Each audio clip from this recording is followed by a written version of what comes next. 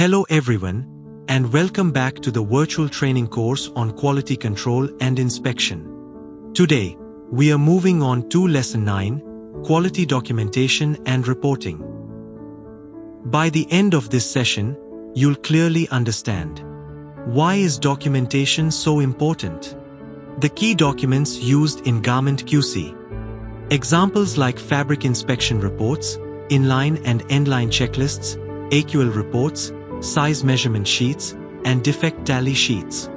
We'll also cover CAPA reports, daily dashboards, and of course, best practices in documentation. Why does documentation matter? First, it provides evidence of quality control. Second, it helps identify patterns or repeated defects. Third, it's essential for customer audits, internal reviews, and root cause analysis. And finally, it builds trust and transparency. For example, if a buyer requests a defect trend report before approving the next large order, good documentation proves your consistency. Let's go through the key documents in garment QC. These include fabric inspection reports, inline inspection checklists, endline inspection summaries, final inspection reports in AQL format, size measurement sheets, defect classification and tally sheets, CAPA reports, and daily or weekly quality dashboards, defect classification and tally sheet, CAPA report, daily weekly quality dashboard. Here's an example of a fabric inspection report layout. It usually includes fabric roll number, color and style, type of defect, such as hole or shade variation, location and quantity, and grading, often using the 4-point system. Now, about inline and endline checklists. They include operation-specific checkpoints like collar stitching or side seams, defects found, yes or no, quantity checked versus passed, inspector comments, along with time and date. And here's a tip: always use simple checkboxes and defect codes. This saves time and keeps things clear.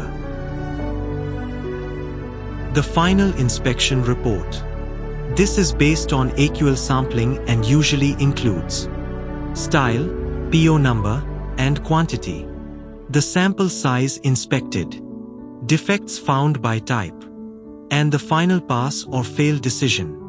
Of course, it must be signed and approved by the inspector. Let's move on to the size measurement sheet. This compares the buyer's spec chart with actual measurements.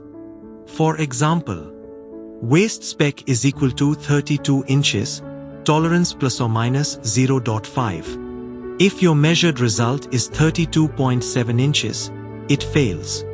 Clear marking of deviations is a must here. Now, the defect tally sheet and Pareto chart. You record total quantity inspected, along with defects by type. Then, you create a Pareto chart to highlight the top 3-4 common defects.